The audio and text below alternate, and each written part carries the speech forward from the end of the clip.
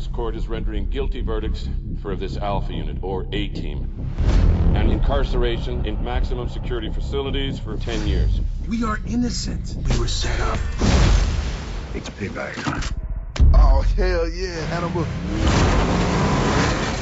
You don't have your system calls. You know what to do it. What you talking about, fool? There you go, fool. That jibber jabber. Get it out, fool. Get out your system, fool. Come on, Get on with this review, fool. Calm down, C.H. Baracus. Jesus Christ. Even though you look sexy with a mohawk. God damn right. Just fabulous. Mom, Drink man. vitamins, eat your milk. Stay on drugs. Stay on drugs like C.H. Baracus does. Yeah. Take my drugs in my breakfast cereal. Ooh, CHOs. I pity the fool that don't take my drugs. Yeah, keep off school. What you pretty much need to do to follow this kind of movie right here, because the A-Team stands for "Are you fucking kidding me?" Because this is now look. I thought it stand for absolutocrous. Absolutocrous. I like that. Well, you know what? It's not even fair to apply a term like implausible to a movie like this when 5 minutes in you're like, okay, this is pretty much the rule of the day. There's not a point in this film that anything happens that's so ridiculous that you go, yeah, that sticks out from everything else. Like when they start to fly a tank. Yeah, that's what I was thinking. Yeah, in this world, your knees can scrape the ground behind a car and not get injured. Yeah. You can actually fly a tank from the sky with, 3 parachutes, and it just floats down gently like a feather. You can shoot at the same time while coming down that tank. You can instantly speak Swahili if you get caught in the jam at the airport. Obviously, never flown a tank before. Who needs wings? What's that? You've obviously never flown a tank before, Korey. I was about to say, who needs wings when you have ammo? I have my tank license, and I have flown a tank many times with only 2 parachutes. It's entirely within the realm of no. I was about to say, it's totally crazy. Excuse me, brother. I went bungee jumping the week before, and just yesterday I went tank jumping. So what the hell are you talking about? I went bungee jumping with a tank. The tank bounced back up. It's like, Cyrus, is this before or after you took the LSD? What are you talking about? Oh, well after. It was almost exactly an hour. And that's what this movie is like, man. Now, I saw the A-Team when I was a kid, and I watched, as I told you, a few episodes last a month or two on Hulu because somebody was telling me, hey, you got to see some of the guest stars that they have in here. Like they had Rick James in one episode. Oh my God. They had Isaac Hayes in the same episode. I mean, they had Sonny and Cher too, right? I think the Smurfs won an episode. Batman and Robin. Korey didn't watch any that didn't have black guests. Oh, what are you talking about? We all saw the Harlem Globetrotters episode together, right? Oh yeah, we saw the episode where the A-Team got stuck on Gilligan's Island with the Harlem Globetrotters. That's right. I wouldn't be surprised if that existed, but yeah. And they turned that basketball into a tank. Isn't that cool? It's time to put a montage together. Dun, dun, dun. Now, we're all going to have different opinions of this, I think. At least you and I, Cyrus, are going to have some different opinions. Oh. Because you're a fool. So you're already admitting you're wrong right off the bat like that? That's Well, you don't know that you are, but that's okay. What the hell are you trying to do, man? We haven't even got into the review yet. I'm so sure you're wrong. I'm just going to start with that. I'm going to my launching point. Man, no, look, because look, you can come against me all you want to. I'm going to take this stance of respecting your opinion. Oh, the high road. Is that what it's called? Yeah, you're probably going to need some direction since you've never been there before. You're right. That's the high road. Korey. Fuck you, Cyrus. You know you're wrong, bitch. It's like, Cyrus, you should know this by now. Korey always takes the opposite road where it's dead end, but he can't see the sign. I just keep on going anyway. But no, man, because I really can't say people are wrong for liking this movie because, look, the original show, now you help me out here. I don't remember the exact date when the show came out. I just remember it was the mid-'80s. It ended in 87. I believe it started in 82. So did it start in 82? I'm pretty sure it started. Man, that show had gone for 5 years. You know, it was a 5-year run. Oh, that ridiculous shit went on for 5 years. It was enormously popular. You have no idea. I know. I remember. No, believe me. I remember how popular the show was. It maybe shouldn't have gone on for 5 years. I'm not going to argue that with that. The thing is, it felt so short because every goddamn episode was the same goddamn episode. It was. Yeah. And it was ridiculous. Now back then, who did we have as the? I remember the characters. You had Hannibal, you had Face, you had Murdoch, and of course you had Mr. T as B.A. Baracus. Now, who were the people that played those roles? Well, it was Mr. T, of course, was B.A. Yeah. Baracus, as you said. The Murdoch guy, I don't have a clue who was playing that role. I want to remember. say, oh shit. George Papard was Hannibal. Yes. It's the guy from Battle Beyond the Stars. Yeah, That's who you were. Yeah. and God, the guy who played Dirk Benedict? Yeah, with Dirk Benedict. That's Okay, who it was. there you Yeah. go. From Battlestar Galactica. From Battlestar Galactica. I see. Every time I watched A-Team, I just thought, hey, it's the guy from Battlestar Galactica, Battle Beyond the Stars, and Mr. T. Dwight Schultz was right. Mad Murdoch. Does anybody ever remember the name of the narrator though? No. You can find them and you can hire them. You can pay for the A-Team or whatever it was. I don't think people at the time knew who the narrator was. I know nobody. Was he a character in the show too? Yeah, of course. Everybody knows that. You're like, it was Leon, wasn't it? Yeah, he was about 50 back then. Leon's back there. Yeah, you can hire them. No, it was John Ashley who did that narration, I think. But man, this is what happens when you give a ridiculous show some money. You get a ridiculous movie with money. I mean, it's like because back then those shows were cheap. Oh yeah. The A-Team didn't use guns because I don't think they could afford the props. No, they would have guns. They just couldn't hit a goddamn thing. As near as I could tell, they were great at shooting tires, though. I mean, if there was a tire to be shot, that tire would be shot, and the people would have just enough time to get out of said vehicle before it would blow up for nothing. They went to the same school of shooting as the stormtroopers did, I think. Pretty much, yeah. Well, it was all I remember is it would be an army of men with guns. It will always end with Mr. T tossing about 50 of them over a fence or something. Yeah. It's like Mr. T was bulletproof. Mm-hmm. And, they'd be shooting at him. He'd just keep on coming towards you and pick you up and just throw you across the field. It's like they were always doing their General Lee impersonations. But fly over the camera. It was with a guy. And that guy would always go, the camera would always look up, and that guy would always go in slow motion. Usually see his face like, what the fuck? And you can catch that show every Saturday at Six Flags now.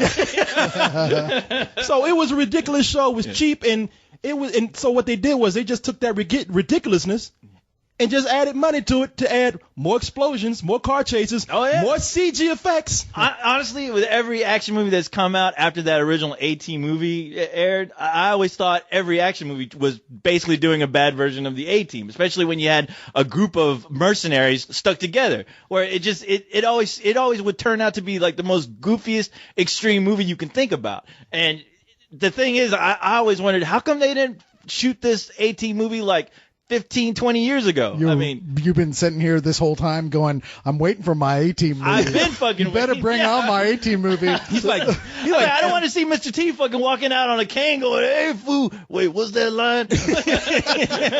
And you know what? He still pick your ass up and throw you. I can't walk, but I can pick your ass up. Out of frustration. But he's like, I know you're like, damn, there's a Dukes of Hazzard movie. I still ain't got my A-Team movie yet. Well, that's why it's so hard to argue about the validity of this film or the quality of it, because the first show there was nothing going on. It was just those guys being mercenaries, and it sounded cool because they're like, hey, if you could hire these guys, they'll help you out with your situation. Meanwhile, they just show up and do the same shit they did last week. I think they even had some of the same villains that they did just in a different costume from last week. And much like the TV show, the movie, I mean, the plot is so secondary to what they're trying to sell you on, which is the same as the show. The two things that people liked about the show, one was big, stupid stunts, which they did every week. There was at least two big, stupid explosion stunts. A big movie, there's like 25 of big, stupid things, and a pretty impressive ending one. Yeah. And, more importantly, force of personality. The characters, the way that they made them all so bigger than life, they gave them lots of funny stuff to say. They weren't trying to take themselves seriously at all. And that's totally where this movie works for me. Because these characters, they are funny. No, you don't believe any of this is even mildly plausible, but they did a great job making these guys seem like the original A-Team. That whole sense of fun and camaraderie is totally here. I see there's going to be two camps of people with this movie. There's going to be the people that say, you know what, this captured the spirit of the A-Team because the A-Team was stupid. And this movie's just as stupid. And stupid dumb action is for some people, and for some people it's not. I'm not a big fan of just dumb explosions and fire and bullets and all that kind of shit with no story behind it at all, because they introduce a story here. They blow that motherfucker up with everything else in the movie. Like, hey, we got wrong for trying to find. Here's a story. They're trying to acquire these plates that are used to counterfeit money. In the middle of that, Their superiors end up getting killed. These guys are framed for it, and they end up going to jail. Of course, they break out, and they're after the guys who set them up, which goes deep within government ops. I mean, it goes within the CIA, it goes within black ops. I mean, I even think they're trying to make some sort of political reference here, because here we got Black Forest. I don't know if that's a reference to Blackwater or whatever. Well, I got the feeling like if at the very least, if it was trying to say anything at all, it was that even the military resents the private contractors that are being brought over to Iraq and places like that, and are let free to do whatever the fuck they want outside of any sort of accountability for it. It seems like every motherfucker out there was looking for these guys, including the Salvation Army. I mean, everyone was out to get the fucking A-team. There was no way you'd have to fucking jump off the planet. What you say? You had like people in Santa Claus suits running after them. The Shriners were out there, the little cars coming after the A-team. Santa Claus, it's a trap, fool. But I mean, the story doesn't matter, because after a while, it's just, I mean, it really is just a whirlwind or a convolution or just a cornucopia of action and fire. Big colorful miasma of violence. Yeah. You know, it felt like watching the A-team going to Six Flags and getting on every goddamn extreme ride they can possibly think of, just so they can bicker about, number one, they don't want to get on the ride, and then they get on the ride and they're screaming all over each other, and the only thing you hear in the background is Mr. T going, "Fool! God damn it, fool! How'd I get up in here? I told you today, be animal. What's going on? I told you, fool, I'm not getting on that Superman ride no more, you understand? I told you, I don't like loop-de-loops. I don't like them. And then you see them flying out screaming with guns and shit, but Mr. T just be knocked out. You got me on a roller coaster again, didn't you, fool? And wow, that really is this movie. Y'all just nailed it. It is. Now, see, I understand that, and really, I was saying fuck you earlier, and then deep down inside, I'm still saying that. But on the outside, I'm saying, I understand where you're coming from, because some people don't mind that. Michael Bay movies have an audience for that very same reason. You know for a fact that I am not a fan of the Michael Bay films, so don't go acting as if you're all high and mighty. Oh, you fucking some people Michael Bay only lover. like big dumb movies. You know that's not me. You like this movie. I do like big this dumb movie. I do like this movie, but okay, so it's a big dumb movie. I like a horror movie, for instance. Does that mean I like all horror movies automatically? Yes. Is that how stupid we're going to be about this? Man, this is a big dumb action movie, so therefore Cyrus likes all big dumb action movies. Cyrus loves it when I throw black cats in his pants. No, I'm able to distinguish a little between a crappy big dumb action movie and a fun big dumb action movie, and this is a fun big dumb action movie. Well, you know what the thing is? I don't mind dumb fun, obviously. The thing is, if you're going to go to a ridiculous extreme, I want you to go as far as like a Crank 2 type film with it. Well, you know, where that's it's inventive, almost art and house extreme. You know what? Hey, I got high standards, all right, Cyrus, and that's what I want. All right, with this movie though, even though the characters were fun, for a while I was like, man, sitting in that theater, I was like, man, fuck this. This is the C-team. I don't want to call these motherfuckers You out. know what? You were so right. We got professional actors except for Rampage Jackson. who was the weakest point of the whole thing. Yeah, he was. But they all did. These professional actors look like the people at Universal Studios who dress up and come out and do the A-Team musical. I had a lot of fun watching them. I thought Sharlto Copley, is that how you pronounce his name? From District 9. District 9, was great as Murdoch. I thought he nailed it. In fact, one of the things I was most disappointed in the film was that there wasn't more of him in it, because he's so good. I thought Bradley Cooper was so fantastic as Face. Totally nailed that role. Liam Neeson, well, come on, he's Liam Neeson. Do whatever the fuck he wants, and he's going to be good at it. And he's just fine as Hannibal. I really liked all of them except for the guy who played B.A. Baracus, who was just looked like he was reading his lines off a teleprompter. Well, sometimes you couldn't. If he wasn't saying fool, then he was a maybe. I couldn't understand what the hell he was talking about. He was doing that, and yeah, you're right. He only had like 2 real lines. Anything ending in fool, and this is bullshit. Yeah, that's he it. said that line about 5 times. Other than that, that motherfucker had mush mouth. I couldn't better not put me on a plane. But you know what? Maybe that's a good thing. Maybe that's a good thing. Maybe the director realized, look, this guy, I think he's like an Ultimate Fighter. Yeah, but we're not going to see him in any Ultimate movies. Yeah, maybe he's not much of an actor. Maybe they gave him some long diatribe of dialogue. He was like, no, this guy, let's just keep him in the background. Well, you know what? I'd have to say, let me go through the characters, what I liked about them and didn't like about them. I like Sharlto Copley, except I don't know if this is on purpose or not, but he started out sort of having like a hick sort of accent, and then he would go between his South African accent. And I was just like, I can't tell if that's on purpose or if he just can't keep it up. I liked him. I liked his personality in the movie, but I was kind of taken out of it sometimes. I'm told you're a hell of a chopper pilot. The best, sir. I'm not getting on the chopper with this nut job, man. Yeah, that's a good. You know, was he another one of your projects? I'm a real soldier. I'm a ranger, baby. I'm worried. Rampage Jackson. Okay, I don't want to say his name wrong. I'm going to beat the fuck out of me. He's going to bust through this door any minute. Oh, yeah! Yeah, I know. You know what he's going to say? Hey, fool. You know you're still in character? He'd be like, you guys are spill. You're doing. I guess I should be threatened, but I can't understand what the fuck he's saying. No, it's Quentin Jackson. I was about to say, yes, Quentin Rampage Jackson. Me. Who's related to 50 Cent, apparently.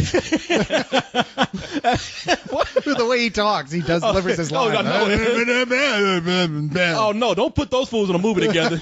You know what the name of that movie would be? I ain't stepping foot in any type of aircraft animal.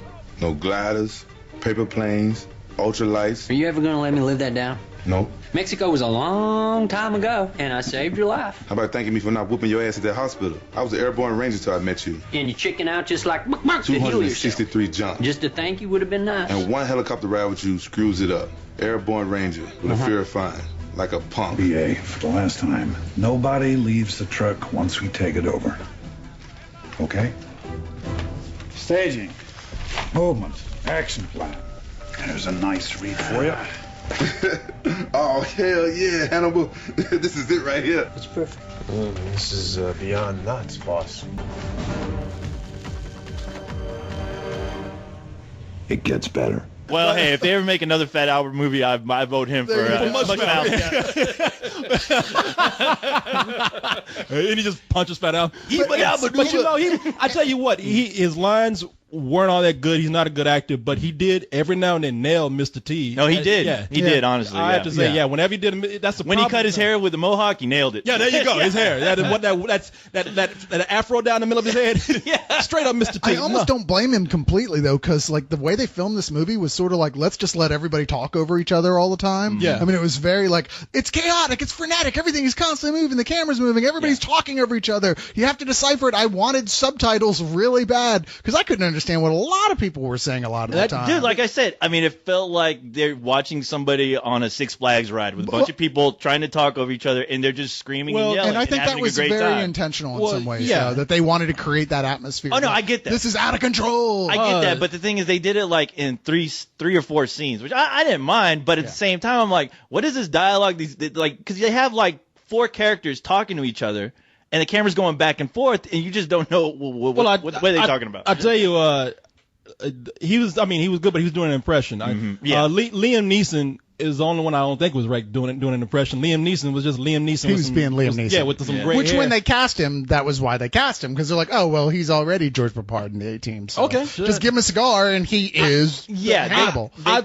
actually thought George Peppard was a little more lively than Liam Neeson. Liam Neeson, you know, no matter what he's in, he's trying to be serious actor. You know what I mean?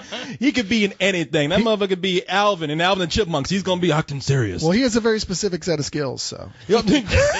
Acting serious, I guess, is part of it. And I think the best person to cast was Bradley Cooper as Face. I think he's the one that actually just made his own thing with it. And I don't know, because it was just, but it was a pretty boy role. They put him in the forefront because of the fact that he's a pretty boy and because just a semblance of a romance that's going on in the background between him and Jessica Biel here. Yeah. You know, I mean, obviously they want to bring that to the forefront, so we saw a lot more of him for that reason. I thought that was actually perfect casting because honestly, he just, to me at least, I thought he was just playing himself because I've seen this character, the character that he was doing in this movie, I've seen him do it before. Yeah, he's made a whole. It wasn't really a stretch, to be honest, but it was perfect casting for this film. He's made a career out of smiling and taking his shirt off when appropriate. So. And he is good at it. You know, I mean, obviously ladies are responding, so you saw more of his chest than you did of the A-Team van in this movie. That's true. I think you saw more of his pecs and his chest than you saw of his face. That van ended up flatter than his chest. That's for sure.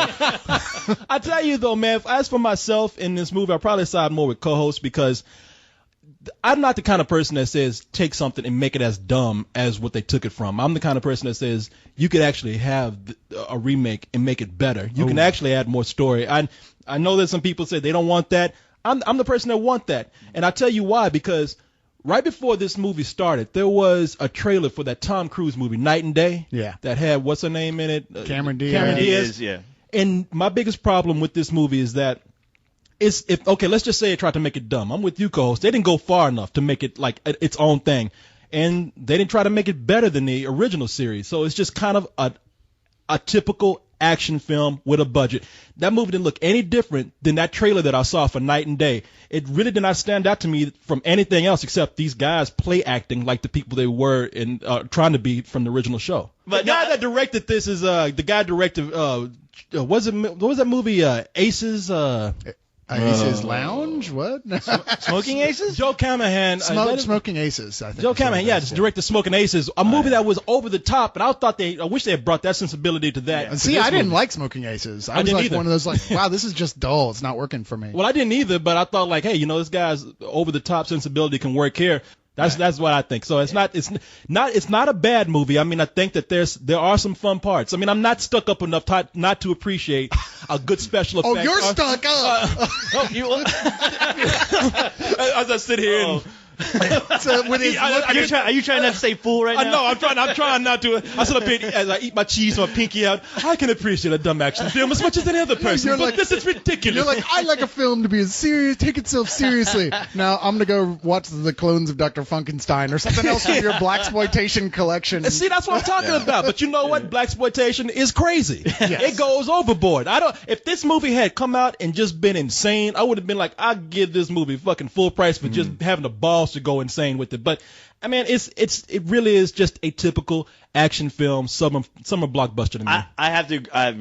I have to agree, because you know what? I was really waiting for something to really stick out to me, to make me go, okay, wow, this is here are a few scenes that I would actually come back to the theater to watch again. And it didn't do that. And the problem is that I think a majority of the problem is that a lot of the action scenes, which are the focal point, especially the fight scenes, are so poorly lit. It's another one of those situations where the camera's too close and the room is way too dark. It looks like somebody has a mag light, shining on the action, and the camera's trying to follow. And really, half the time, you just don't know what the fuck is going on. Because none of these actors actually know how to fight. And that's the thing, and I thought about that too, but with the exception of Mr. T. I'm about to say Quentin Jackson. He don't know how to fight. Yeah, I mean, because UFC didn't make any sense real. to me. Where he honestly, I thought he should have really stood out as far as the fighting and action scenes.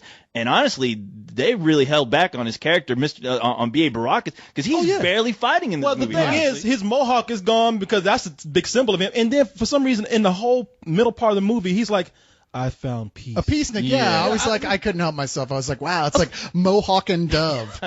I like, out of all the characters in this movie to say that I'm not going to fight or kill, is B.A. Baracus. That's the character he's going to do it. Well, wasn't there like something about that in the TV series, though? I thought he had some sort of like, I won't kill type of thing. But let me tell you, even if they did, it doesn't help this movie out. No, I agree. It's one of the biggest like character mistakes they make here, where it's like, stop that. We want B.A. Baracus to be this just ridiculous badass. Like a tank coming through, unstoppable, and he's just a big pussy through a lot of it. It's like Superman losing his powers throughout half of the film. Really? For Margot Kidder? You can't do better than that? And if I remember the show, and from watching some of the shows that I last saw, I don't remember them using a whole lot of guns, which I think it was because of, at the time, they didn't want to have them using a lot of guns, especially with this show coming on a Friday night and kids were starting to like the show. And that also kind of, even if it was dumb, it kind of set these characters apart from other action people. We're going to go in and just kick ass with our wits.